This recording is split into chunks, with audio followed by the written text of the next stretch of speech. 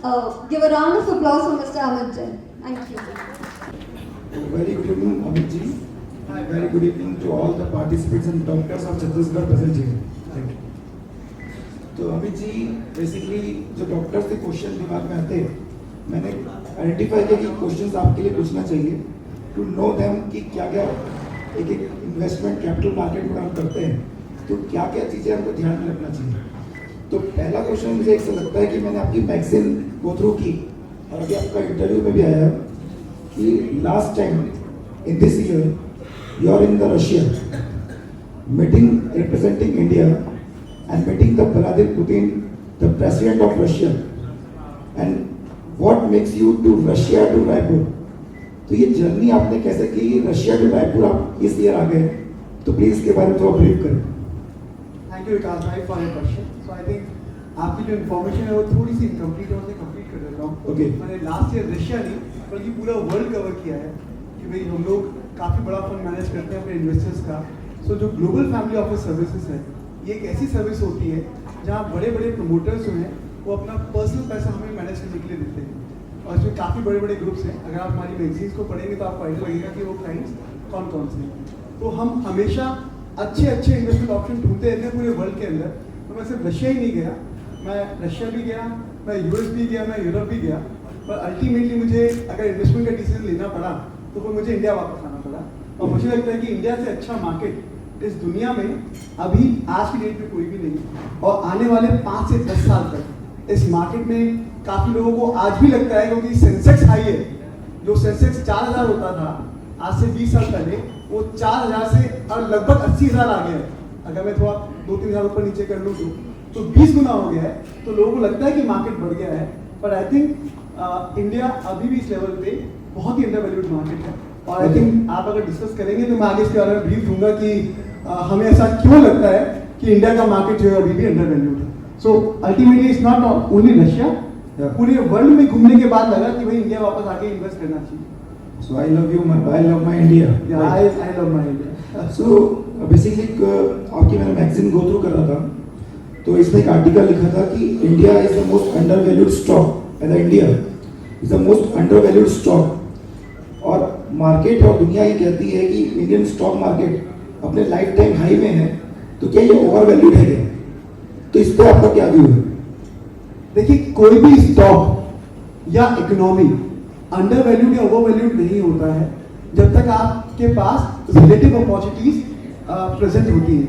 For example, अगर आज हमें पैसा इन्वेस्ट करना है पूरी दुनिया के अंदर, तो हम पूरी दुनिया में जाते हैं और देखते हैं कि भी कौन सी इकोनॉमी अच्छा कर रही है, कौन सा स्टॉक मार्केट अच्छा कर रहा है। पर जब भी हम दूसरे देशों को समझते हैं, अगर आप माने कि पूरा वर्ल्ड की हर कंट्री एक स्टॉक है, तो मैं आपको थोड़ा ब्रीफ देता हूँ कि how we select a stock in the world. आप बात करें यूएस की, अगर मैं मानूं कि यूएस एज अ कंट्री एक स्टॉक है, ठीक है, हम वहां इन्वेस्ट करते हैं, यस वहां पे बहुत अच्छी ग्रोथ स्टोरी है। दूसरा कॉन्टिनेंट आता है इन्वेस्टमेंट के लिए, यूरोपियन यूनियन। ओके। यूरोप में मैं आपसे ज्यादा एक और क्वेश्चन करता हूँ, आप किस कंट्री में इन्वेस्ट करना पसंद करेंगे? ये वो स्टॉक मार्केट और इकोनॉमी है जो पिछले 20 साल से कुछ नहीं कर रही है। ओके, ठीक है। तो जब हम पूरे वर्ल्ड में इन्वेस्टमेंट का एक थीसिस बनाते हैं, Right. तो हम ये देखते हैं कि हमें किस किस इकोनॉमी में इन्वेस्ट करना है, और अगर इकोनॉमी में इन्वेस्ट करना है तो हमें इसमें स्टॉक मार्केट में इन्वेस्ट करना है। Right. तो यूरोप ना कुछ मैन्युफैक्चर करता है, अगर मैं जर्मनी और फ्रांस को थोड़ा सा अलग कर दूं, ओके, तो यूरोप की इकोनॉमी में कहीं भी कोई मैन्युफैक्चरिंग बेस नहीं है, और जो सर्विस इंडस्ट्री भी है वो भी 20% जो है वो टूरिज्म से है। ओके। तो अगर टूरिज्म में ही अगर आपको इकोनॉमी चलानी है और मैन्युफैक्चरिंग कुछ नहीं करनी है, तो मेरे ख्याल से हमारा as a fund managers economy में बहुत कॉन्फिडेंस नहीं आता। Sustainable नहीं तो है। US okay, Europe cross for us. Okay. Then I go to the Gulf region. Okay, अब गल्फ में जितनी भी इकोनॉमीज हैं, चाहे वो कतर हो, चाहे वो सऊदी अरेबिया हो, दुबई हो, यूएई हो, वो मोस्टली ऑयल बेस्ड इकोनॉमी है। और हम सब जानते हैं, हम सब डेली अखबार में पढ़ते हैं कि oil will be replaced by EV if not in 10 years, in 20 years, right? कहीं ना कहीं वो एक ट्रांजिशन आ रहा है, लोग उस चीज को एक्सेप्ट भी कर रहे हैं, काफी एफिशिएंसी के साथ वो नए तरीके के व्हीकल्स भी आ रहे हैं मार्केट के अंदर जो उस एफिशिएंसी के साथ ऑयल को रिप्लेस कर सकते हैं। Right. तो एज ए फंड मैनेजर मैं एक डाउन वाली इकोनॉमी में पैसे लगाऊंगा या अप वाली इकोनॉमी में लगाऊंगा, वो चॉइस हम सबके पास रहती है। बिल्कुल। सो गल्फ हम क्रॉस कर देते हैं। ओके। उसके बाद आता है एशिया। राइट। एशिया के अंदर दो इकोनॉमी इमर्जिंग होकर आती है, एक है चाइना और एक है इंडिया। चाइना क्योंकि डेमोक्रेटिक कंट्री नहीं है तो हमें फेक नहीं आता किसी को भी, बड़े बड़े इन्वेस्टर्स चाइना को पिछले 10 साल से बेच ही रहे हैं। पर इंडिया बिकॉज हमारा एक डेमोक्रेटिक सेटअप है और सरकार फ्री है किसी भी कंपल्शन से, तो यहाँ पे लोगों का इन्वेस्टर का फेक बहुत रहता है। कोई जब भी आप स्टॉक मार्केट में इन्वेस्ट करते हैं तो हम सिर्फ कंपनी नहीं देखते हैं, उसका प्रमोटर देखते हैं पहले। राइट। कि प्रमोटर में कितना इंटीग्रिटी है, कितना कॉन्फिडेंस है, फिर उसकी कैपेबिलिटी के ऊपर आते हैं। यही चीज है इंडिया के अंदर कि इंडिया का जो कॉर्पोरेट गवर्नेंस है आज की डेट में बात कर रहा हूँ। मैं हर्षद मेहता के एग्जांपल को आई रिक्वेस्ट एवरीवन कि अगर कोई उस जमाने का एक्सपीरियंस लेके बैठा हो तो उसको क्रॉस कर देना चाहिए। आज जो इंडिया का कॉर्पोरेट गवर्नेंस है वो इस दुनिया में one of the best corporate governance के अंदर हमारी कंपनी सभी काम कर रही है। सो हमें लगता है कहीं ना कहीं चाइना और इंडिया के बीच में India has overtaken China bye miles. अगर मैं आपको स्टॉक मार्केट की परफॉर्मेंस दूं तो चाइना की स्टॉक मार्केट ने लास्ट 10 ईयर में -30% का रिटर्न दिया है, जबकि Indian stock market last 10 year में ऑलमोस्ट डबल 3 गुना के ऊपर निकल गई है। और ये डिफरेंस पहले इकोनॉमी में दिखता था और आपको स्टॉक मार्केट में रिफ्लेक्ट हो रहा है। So ultimately US okay, Europe cross, Gulf cross, Asia is India, China and it comes to India. So अगर इतना पैसा प्रिंट हो रहा है वर्ल्ड के अंदर तो पैसा कहाँ जाएगा? पैसे का एक नेचर है ग्रोथ को चेस करना और ग्रोथ है इंडिया। तो हमें यही लगता है कि इतने सब चलने के बाद भी इंडिया का स्टॉक मार्केट अभी काफी हद तक अंडर वैल्यूड है। ओके। तो कहीं ना कहीं दुबई में मैं देख रहा हूँ, मैं चार्टर्ड अकाउंटेंट, मैं एक चीज देखता हूँ कि दुबई ने कहीं ना कहीं रियलाइज कर लिया कि ऑयल से वो ज्यादा तक टिक नहीं पाएंगे। That's why they started the VAT tax and corporate tax. उन्होंने पहले जो उनकी इकोनॉमी की टैक्स कलेक्ट नहीं करती थी तो उनका मैक्सिमम जो टैक्स कलेक्शन था वो ऑयल से आता था। तो अब उन्होंने रियलाइज कर लिया कि वैट और कॉर्पोरेट टैक्स लगा के कि हमको अदर रेवेन्यू सोर्स भी लाना पड़ेगा इकोनॉमी को रन करने के लिए। तो यू आर वेरी राइट कि India is a growing up. आजकल हमको देखने मिल रहा है, हेलो, आजकल हमको देखने मिल रहा है कि इंडियन गवर्नमेंट बोलती है कि जितने वर्ल्ड के मैन्युफैक्चरर्स हैं, चाहे वो एप्पल हो, चाहे वो टेस्ला हो, सब वो इंडिया में आ रहे हैं। तो India is now becoming the manufacturing hub of the world. तो इसमें क्या कोई कंपल्शन है या कोई ऑप्शन है? इस पर आप क्या कहना चाहेंगे? देखिए, वर्ल्ड के पास अभी इंडिया का ऑप्शन तो है नहीं। So I will give you a brief definition what we believe inside. So India has a TINA factor. When I say TINA, it means there is no alternative for India in today's setup. Because जो हमारी 4 डीज हैं, okay, सबसे पहला एक D है doctors. हमारा सबसे पहला डी है, I think they are one of the part to it for sure. Okay. हमारा सबसे पहला डी है हमारा डिमांड। तो Okay. इंडिया का जो डिमांड है वो इनहेरेंट डिमांड है। ये एक ऐसा शायद वर्ल्ड का बहुत रेयर इकोनॉमी है जहां आप 1000 रुपए से लेके 50,000 रुपए का शर्ट बेच सकते हो और सारा माल बिकता है किसी न किसी प्राइस के ऊपर। तो ये जो डिमांड है ये इनहेरेंट हमारे कंजम्पशन इकोनॉमी है। Right. Number 1 D. Right. Number 2 हमारा जो एक सबसे बड़ा जो बेनिफिट है, जिसके लिए मैंने कहा कि आने वाले 5 से 10 साल तक इंडिया का स्टोरी बहुत इंटैक्ट रहेगा, वो है हमारा डेमोग्राफिक डिविडेंड। आपकी 70% पॉपुलेशन जो है वो लगभग 35 से 40 साल के बीच में है अभी। तो अभी ये वर्किंग पॉपुलेशन है जो चाहते हुए भी, और अगर कुछ लोग ना भी चाहते हो तो भी काम करके इकोनॉमी को ऊपर ले जाते हैं। Okay. ये शायद फेज चाइना में था सन 2000 से 2010 के बीच में। Okay. वो फेज अभी इंडिया का चल रहा है। तो अच्छा। हमारे को ये डिविडेंड जो आने वाले 10 साल तक है बहुत बेनिफिट करेगा। Okay. So number 1 D is demand, then demographic dividend what we call. Right. Number 3 है हमारा democratic setup. Okay, Democratic setup के बाद it's like a corporate governance. Okay, It is not Mr. Putin's government or it is not Xi Jinping government जहाँ you can be jailed if you can ask question to the government. It's a democratic setup. Anyone can ask any question on that line. So जो India का democratic setup है ये western world को बहुत confidence देता है, क्योंकि Okay. Western world को एक चीज बड़ी अच्छी आती है, हाँ। वो है पैसा प्रिंट करना। Okay, right. और हमें ये बड़ा अच्छा आता है कि इस पैसे को यूटिलाइज करके अपनी इकोनॉमी को हमें कैसे बढ़ाना है। यही रीजन है कि वेस्टर्न वर्ल्ड पैसा प्रिंट करता है लेकिन ग्रोथ इंडिया की इकोनॉमी में आती है और वो ट्रेंड हम देखते जा रहे हैं पिछले 10 सालों के बाद। ओके, सो ये है हमारा तीसरा डी। Okay. और 4th डी है हमारा डिस्ट्रीब्यूशन नेटवर्क, जहां आप लोगों का बहुत कंट्रीब्यूशन रहा, because I think India is one of the unique countries जिसका डिस्ट्रीब्यूशन नेटवर्क इतना स्ट्रांग है कि जिसने 3 साल के अंदर करीबन 250 से 300 कोविड वैक्सीन लगा दिए हर गांव, तालुका और शहर के अंदर जाके, और ये डिस्ट्रीब्यूशन नेटवर्क शायद इंडिया के पास ही है। तो अगर आप माल बनाते हो, किसी भी चीज का मैन्युफैक्चर करते हो, अगर आप पे स्ट्रॉन्ग डिस्ट्रीब्यूशन नेटवर्क नहीं है तो आपका माल लाइस माल तक नहीं पहुंचता है, और ये शायद हमारी एक बहुत बड़ी स्ट्रेंथ है। तो ये जो 4 डीज हैं, ये इंडिया को बहुत यूनिक बनाता है और बहुत अलग प्लेटफॉर्म पे लेके आता है। ओके, तो ये जो 4th डी की आपने बात किया, तो मेजर कंट्रीब्यूटर हमारे सामने बैठे हैं। एक बार जोरदार तालियां आप लोगों के लिए कि कंट्री में वैक्सीनेशन पॉसिबल हुआ, तो कि हर मोहल्ले में डॉक्टर्स क्लिनिक के साथ में अवेलेबल है, वैक्सीनेशन पे भी उनका जो भी डिसीज होता है उसके लिए सॉल्यूशन के रूप में है। तो biggest distributor of health care is in India. Absolutely, just to add to your point, I think आज इंडिया को आईटी कैपिटल के रूप में जाना जाता है वर्ल्ड के अंदर। Okay. वो दिन दूर नहीं जो हम काफी प्लेटफॉर्म पे बोलते हैं पूरे वर्ल्ड के अंदर, Okay. India will be a health care capital also for the world by 2040, because the way that everyone in this room and outside this room in this fraternity is working in, Okay. I think वो दिन दूर नहीं है। because आज भी अगर आप देखिए मेडिकल ट्रांसक्रिप्शन के अंदर ओके, गर्ल्स से लोगों को इलाज कराना, तो वो कहाँ आते हैं? इंडिया। इंडिया आते हैं। राइट। यूरोप में भी आई थिंक कुछ हद तक अगर आप उनकी वो सोशल सिक्योरिटी को हटा दें, हाँ। तो आई थिंक इंडिया के और वहाँ के जो ट्रीटमेंट की कॉस्ट में करीबन 5 से 8 गुना का फर्क है। Okay. सो हमें लगता है कि आने वाले 15 से 20 साल के अंदर इंडिया, जैसे हमने आईटी में बहुत अच्छा मुकाम हासिल किया है इस इकोनॉमी के अंदर, हमें लगता है कि 15 से 20 साल में हम हेल्थ केयर कैपिटल भी बन जाएंगे वर्ल्ड के अंदर। It's just a matter of time. So it's not a question of if, it's a question of when, and when can be 2040, it can be 2035। Okay, great. Sir, India इतनी diversified countries है, तो कहाँ किन किन sectors में आपको investment opportunities नजर आती है इंडिया में? देखिए, when it comes to India, हमें पर्सनली ऐसा लगता है, और मैं लास्ट ईयर अपने पूरे वर्ल्ड के विजिट के बाद आपको दोबारा बता रहा हूँ Okay. कि इंडिया के हर सेक्टर में बहुत ज्यादा अपॉर्चुनिटीज हैं। अच्छा। मुझे लगता है कि at given point of time today, हम आज की बात करते हैं, हम पिछले 30 साल की हिस्ट्री की बात करते हैं कि जब सेंसेक्स 4000 से 80,000 आ गया, हम आज की बात करते हैं, हमें लगता है सबसे ज्यादा स्कोप है वो बैंकिंग सेक्टर के स्टॉक्स के अंदर है।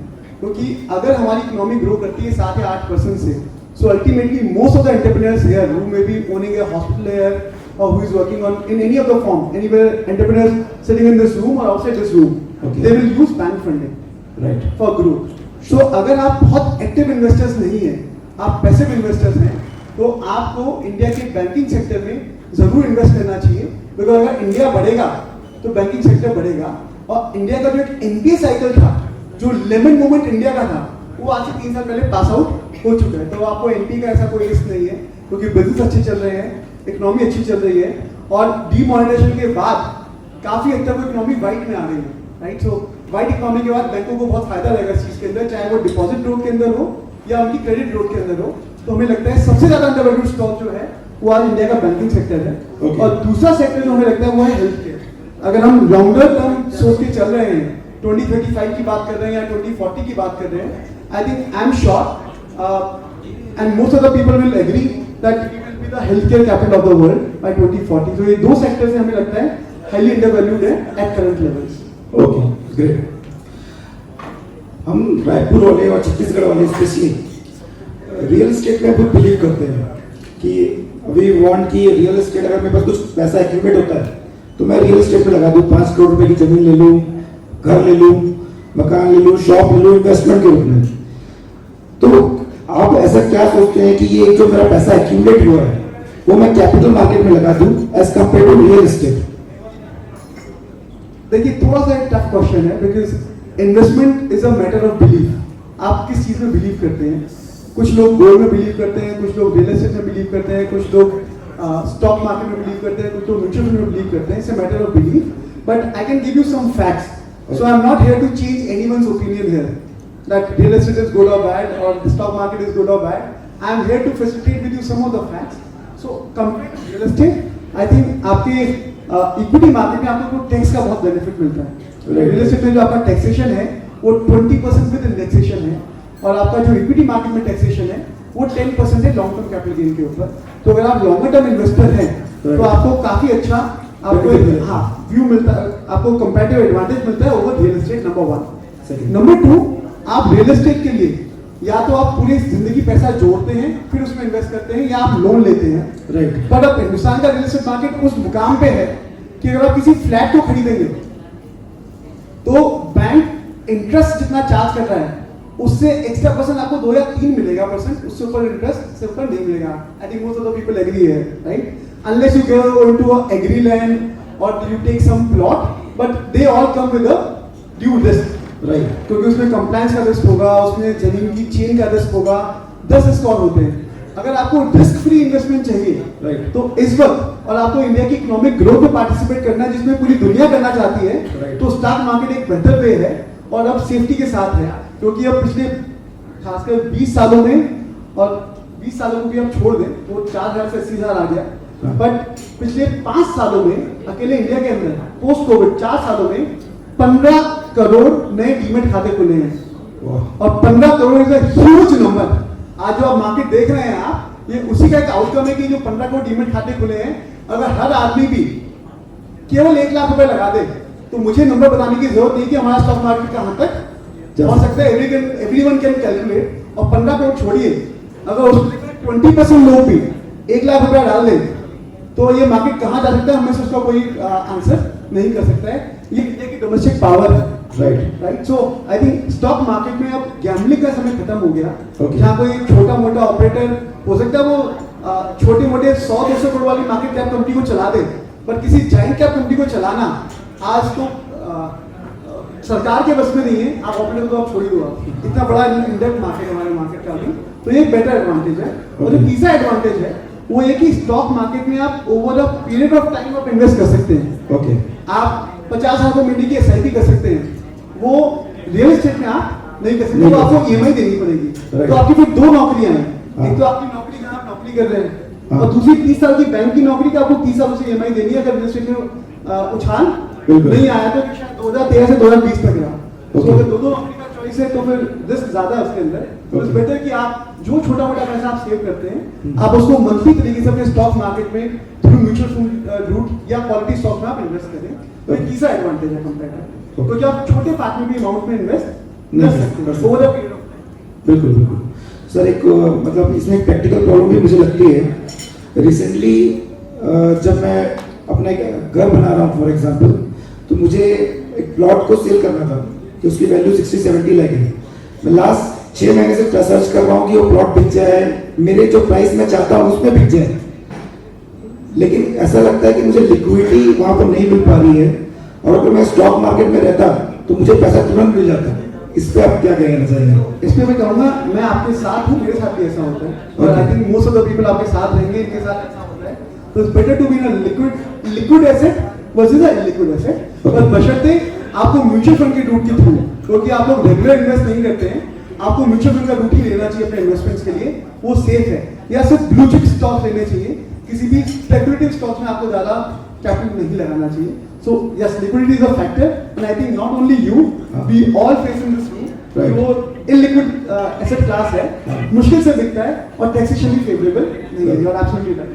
तो प्रॉपर्टी को लेकर तो मैं एक चीज कहना चाहूंगा कि अपने सुख में कोई प्रॉपर्टी बेचता नहीं और अपने दुख में अपना दाम मिलता नहीं।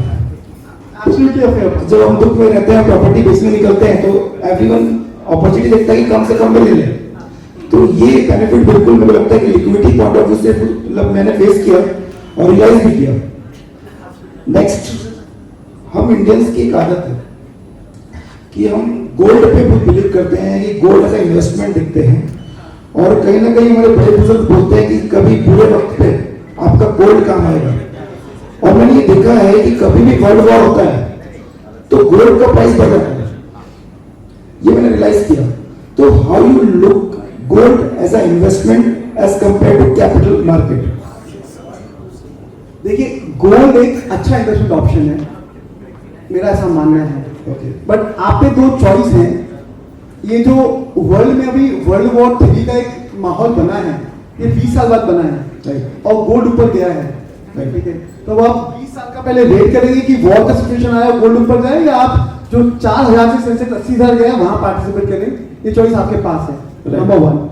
दूसरा मेरा आंसर इसका बाइफिकेशन ये है कि गोल्ड में अगर आप इंडियन इन्वेस्टर हैं, आपके पैसे बहुत कमाए हैं, क्योंकि जो गोल्ड का इन्वेस्टमेंट आपने किया है 1981 से लेके अब तक, जिन जनरेशन की आप बात कर रहे हैं, मेरे फादर, मेरे दादा सब मुझे भी कहते हैं कि भाई आपको गोल्ड में इन्वेस्ट करना चाहिए, Okay. बट वो जमाना अब चेंज हो गया है, क्योंकि अगर आप गोल्ड की हिस्ट्री निकाल के देखें तो इंटरनेशनल मार्केट में, and my words and please do check on Google after this conference that gold का प्राइस इंटरनेशनल मार्केट में करीबन $750 एन आउंस था 1980s के अंदर, $750 एन आउंस, और वो आज इंटरनेशनल मार्केट में जाके हुआ है $2200। तो 1980 से लेके और अभी 40 साल हो गए, राइट, 40-42 साल के अंदर गोल्ड का रेट सिर्फ 250% बढ़ा है, या आप मान लीजिए डबल हुआ है, डबल हो गया, 750 बढ़ा 3 गुना हो गया, राइट, राइट, ठीक है। बट अब इंडिया में जब मैं अपने फादर से बात करता हूँ हाँ, तो वो कहते हैं कि गोल्ड का बहुत बड़ा है, आप मुझे सही इंफॉर्मेशन नहीं दे रहे हो। तो उसका एक आंसर है, मैंने बहुत डीप डाइव किया कि ऐसा क्यों, कि इंटरनेशनल मार्केट में तो गोल्ड केवल 250% रिटर्न दिया, पर इंडियन इन्वेस्टर को इतना अच्छा रिटर्न कैसे आया। तो फिर व्हेन आई गॉन बैक, हमने काफी रिसर्च किया तो निकाला कि 1981 में जो डॉलर का भाव था वर्सेस INR वो था 7 रुपया, और आज डॉलर का भाव है 85 रुपए के आसपास। तो जैसे जैसे करेंसी हमारी वीक हुई, हमें रिटर्न आया, बट हमें गोल्ड ने रिटर्न नहीं दिया। जो वो सब रिटर्न हमें दिख रहा है कि गोल्ड ने दिया, वो हमारी करेंसी डेप्रिसिएशन से आया, बिकॉज जब वो करेंसी डेप्रिशिएट हुई तो ग्लोबल लेवल पे हमारी परचेजिंग पावर कम हो गई, राइट। सो आई थिंक हमें इस चीज का भी ध्यान रखना पड़ेगा। और इंडिया जब इस मुकाम पे है जहां हम 3rd लार्जेस्ट इकोनॉमी है इन the world in terms of purchasing power parity, एक है 5वीं लार्जेस्ट इकोनॉमी जो एब्सोल्यूट नंबर में है, और एक है 3rd largest economy in terms of purchasing power parity. आपको लगता है कि हमारी करेंसी 80 से 800 जाएगी यहाँ पे डेप्रिशिएट होके? नहीं, बिल्कुल नहीं लगता है, नहीं लगता है। तो यहाँ पे अब गोल्ड का एप्रिशिएशन जो आपने देखा अब तक पिछले 40 सालों में, जो हमारी हैबिट में है, जो हमारे दादाजी कहते थे, हमारे पापा कहते हैं, वो अभी सही कहते हैं अपने एक्सपीरियंस के हिसाब से। बट अब आगे के एक्सपीरियंस के हिसाब से हमें ये देखना पड़ेगा कि हमारी करेंसी इतनी डेप्रिशिएट होगी, अगर नहीं होगी तो हमें गोल्ड की बजाय हमें इकोनॉमी में पार्टिसिपेट करना चाहिए, और इकोनॉमी में पार्टिसिपेट करने का एक ही तरीका है कि आपको ग्रोइंग स्टॉक मार्केट में इन्वेस्ट करना चाहिए। That's an answer. So stock market में इन्वेस्टमेंट करना तो ठीक है, लेकिन कहीं ना कहीं हमको ये लगता है कि स्टॉक मार्केट इज स्पेक्यूलेशन, एक सट्टा बाजार है और कोई भी अपना प्राइस ऊपर नीचे करवा लेता है। उसका मैं एक एग्जांपल रिसेंट शेयर करता हूँ फ्रॉम ऑल ऑफ यू। मैं एक एग्जांपल अभी देखा कि एक मार्केट में रूमर आया कि Reliance company is buying Paytm. किसने ये रूमर सुना कि नहीं सुना? रिलायंस, यस। तो ये मार्केट में रूमर आया था कि Reliance company is buying Paytm, और रिलायंस के शेयर उस दिन 6% बढ़ गए, और नेक्स्ट डे रिलायंस के बोर्ड ने क्लैरिफाई किया कि ऐसा हमारा कोई भी प्लान नहीं है। तो बट नेचुरल होना चाहिए कि 6% डाउन भी होना चाहिए, लेकिन नहीं हुआ। तो ये जो 6% की जो ग्रोथ है, कहीं ना कहीं बिजनेस ग्रोथ तो नहीं है, एक स्पेकुलेशन किसी ने रूमर फैला दिया कि ये पेटीएम को ले रहा है, उसके कारण बढ़ गई। तो सर ये जो चीजें हैं हमको एज अ इन्वेस्टर पैनिक करती है कि मार्केट क्या स्पेकुलेशन नहीं है। जो रिलायंस जैसी कंपनी का भी प्राइस उनके डिमांड से नहीं, एक रूमर से भी बढ़ जाता है। प्लीज। देखिए ये बड़ा अच्छा क्वेश्चन है, और मेरा इसमें आंसर 2 पार्ट में रहेगा इसके अंदर। ओके। नंबर 1 कि यस, इस मार्केट में स्पेकुलेशन होता है, और हर मार्केट में स्पेकुलेशन होता है। मैं बात करता हूँ, मैंने गुड़गांव में एक जमीन ली, वहां मुझे बिल्डर ने बताया कि ये प्लान अप्रूव हो गया है और यहाँ मेट्रो आ जाएगी। मैं खूब प्लॉट बेचे, अच्छा, पर 6 महीने बाद गवर्नमेंट ने वो प्रपोजल कैंसिल कर दिया, वापस ले लिया। तो उसमें जो प्राइस ऊपर गए थे वो नीचे आए क्या वापस? नहीं है। सो स्पेकुलेशन हर एसेट क्लास में होती है, डिपेंड करते हैं कि आप किस एसेट क्लास में प्ले कर रहे हैं। Number 1, right. अगर स्पेकुलेशन नहीं है तो प्राइस ऊपर नहीं जाएगा। और स्पेकुलेशन से पहले वाला जमाना था 1940 से 1970 तक, जब पूरे वर्ल्ड की करेंसी गोल्ड से पैक होती थी, राइट। तब स्पेकुलेशन नहीं होती थी, तो सब कुछ फिक्स था। भैया आप उतनी ही करेंसी प्रिंट करोगे जितना आपके पास गोल्ड है। पर 1971 में यूएस ने इस स्टैंडर्ड को हटा दिया, और informally I can say they defaulted on their payment commitment, which no media will talk about. If you search in Google, you will never find that answer. But virtually when you say कि I will not encash your currency against the gold, you are simply saying कि मेरे पे gold नहीं है। तब से speculation सारे asset class में शुरू हुआ है Okay. और स्पेकुलेशन रहता है। Right. कोई भी चीज ऊपर जाती है वहाँ स्पेकुलेशन रहता है। और दूसरा ये तो भाई पार्ट की चीजें ऊपर और नीचे क्यों जाती है और इंफॉर्मेशन इसको लेके जाती है। Right. अगर वो मेट्रो का प्रोजेक्ट आना था तो इंफॉर्मेशन थी ना। Right. आपने एक आर्टिफिशियल डिमांड क्रिएट करी और आपने माल बेचा, अब आपने बोला कि भैया फाइल कैंसिल कर दो। राइट। अब अगला माल बेचेंगे, अब मेट्रो का रूट चेंज हो गया। Right. स्पेकुलेशन रहती है Right. बट हमें समझदारी से अगर हम काम करते हैं तो आप देखो रिलायंस का शेयर अगर नीचे नहीं आया तो ये तो फायदा ही रहा ना, फिर जिसने लगाया था बिल्कुल फायदा नहीं। तो फिर नुकसान की बात कर रहे हैं। नहीं बस, लेकिन वो स्पेकुलेशन की बात है। और कहीं ना कहीं हमको बिल्डर, जब बिल्डर भी कोई प्लॉट बेचता है तो हमको ये बोलता है कि यहाँ से हाईवे जाने वाला है, यहाँ से नेशनल हाईवे आने वाला है, यहाँ से स्कूल आने वाली है, उसी तरीके से बेचता है। एक एग्जांपल मैं छत्तीसगढ़ का शेयर करना चाहूँगा। I am the vice chairman of C institute. अभी लास्ट गवर्नमेंट जो कांग्रेस की गवर्नमेंट थी तो उन्होंने नया रायपुर में 1000 एकड़ का एशिया का सबसे बड़ा बिजनेस पार्क उन्होंने बनाने का घोषणा की। अगर किसने अवेयर है ये सब के बारे में, साउथ एशिया का सबसे बड़ा बिजनेस पार्क नया रायपुर में बनाने का, मैं अमर परवानी जी से मिला उस मैटर पे। उनके डॉक्टर्स के लिए, सीए के लिए सब जगह का प्लॉट्स अलॉटेड थे, तो सबने उसमें जमीन खरीदना चालू कर दिया। और सबको ये श्योर था कि गवर्नमेंट कांग्रेस की आएगी। यहाँ परसेप्शन था मार्केट में और मीडिया में, कि मीडिया में भी ये परसेप्शन था कि 70% लोग कह रहे थे कि कांग्रेस आएगी, और चेंज हो गया। वोटर्स ने लास्ट मोमेंट पे गलत बटन दबा दिया, या फिर बटन दबाना वहीं पर दिखाया कि किसको हम सपोर्ट करते हैं। आज ही हमने फाइनेंस मिनिस्टर से मिले, ओपी चौधरी जी से, तो मैंने बोला सर देखिए, मैंने वो जो कांग्रेस ने के टाइम में 1000 एकड़ था तो मैंने आसपास 2-3 प्लॉट खरीद लिए। अपने क्लाइंट को बोला कि प्लॉट खरीद लो, कि ये प्रोजेक्ट आ रहा है तो आप उसको चेंज तो नहीं कर दोगे, तो वो बोलते हैं इट इज अंडर कंसिडरेशन। तो मतलब इस तरीके से अगर ये लैंड में भी हमको कहीं ना कहीं देखने देता है। विकास भाई आपको हर ऐसे क्लास में मिलेगा। And to give you very specific answer to your query, एक जमाना था कि कैश मार्केट, मार्केट दो तरीके के होते हैं स्टॉक मार्केट में। एक होता है कैश मार्केट जहां आप स्टॉक खरीदते हैं, अपने डीमैट अकाउंट में लेते हैं और उसको लॉन्ग टर्म के लिए रखते हैं, ये हुआ डिलीवरी वाला ट्रेड।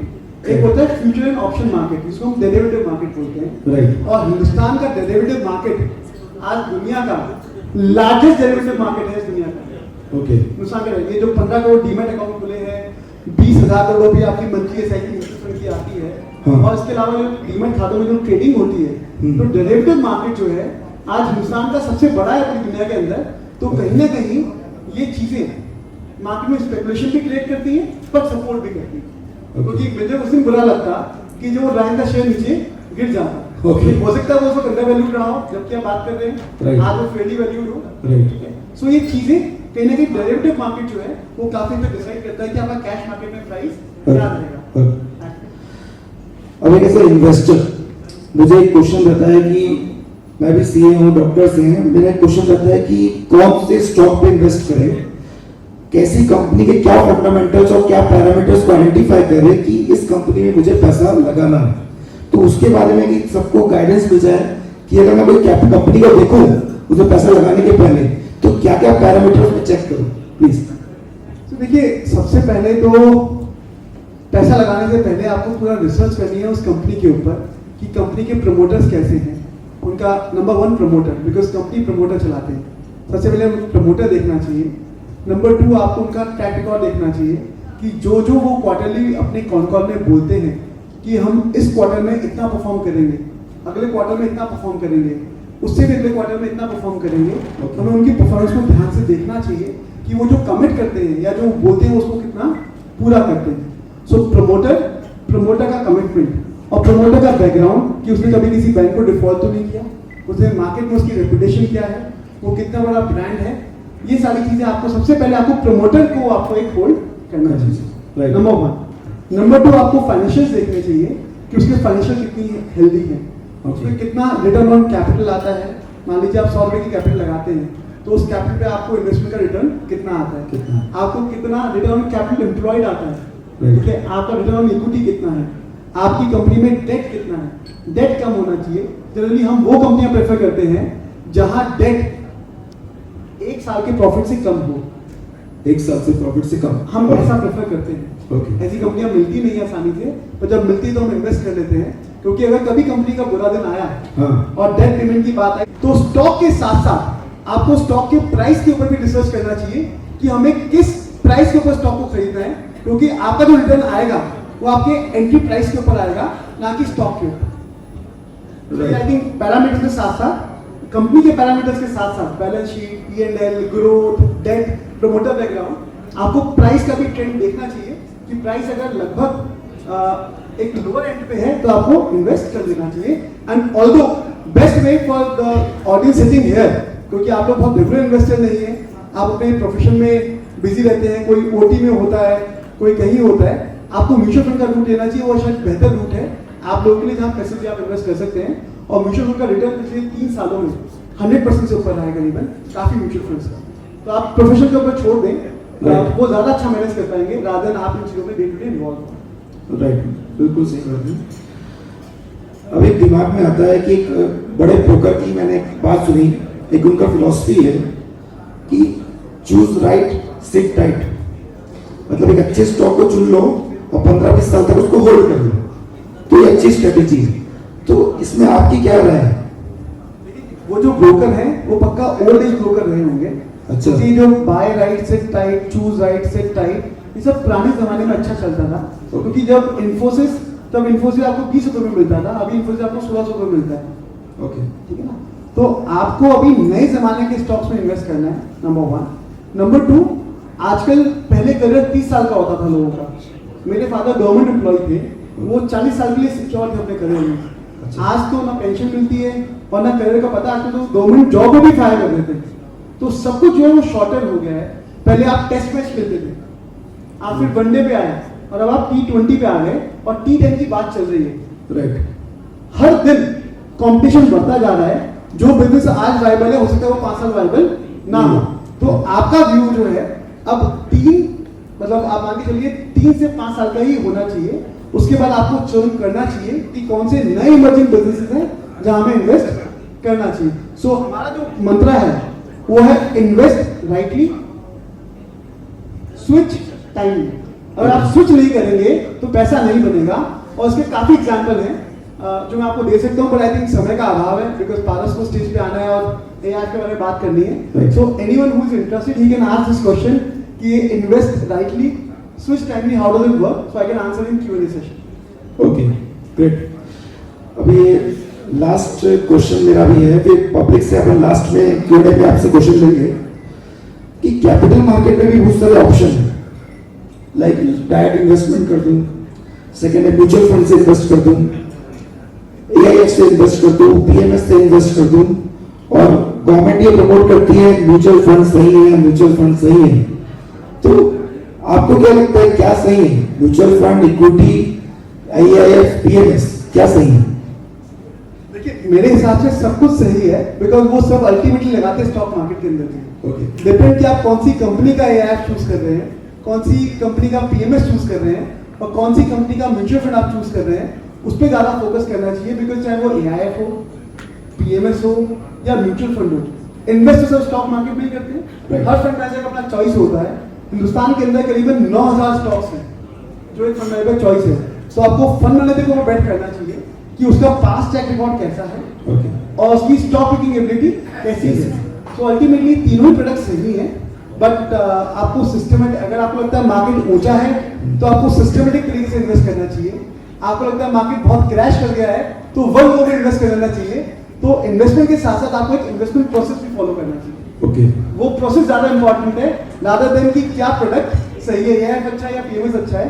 अगर आप प्रोसेस फॉलो करेंगे तो पक्का लॉन्ग टर्म में बहुत अच्छा वेल्थ बनेगा, ऐसा हमारा मानना है। राइट। मेरे ख्याल से AIF के लिए अपने पारस बोत्रा जी बेस्ट पर्सन है। AIF, PMS क्या होता है, म्यूचुअल फंड क्या होता है, उसके बारे में बताने के लिए। So we will restrict here, और लास्ट में आपका Q&A सेशन में पारस सर आपको इनवाइट करते हैं। So thank you so much. मुझे लगता है कि जो बेसिक क्वेश्चन एक इन्वेस्टर के माइंड पे आते हैं, आपने उसको बहुत अच्छे से आंसर किया, लॉजिकली आंसर किया, जो डाइजेस्टेबल भी है, सस्टेनेबल भी है, और उस पर बिलीव भी किया जा सकता है। तो we will get back to you in question answer session. Thank you so much. Thank you so much, Mr. Paras, for your valuable insights.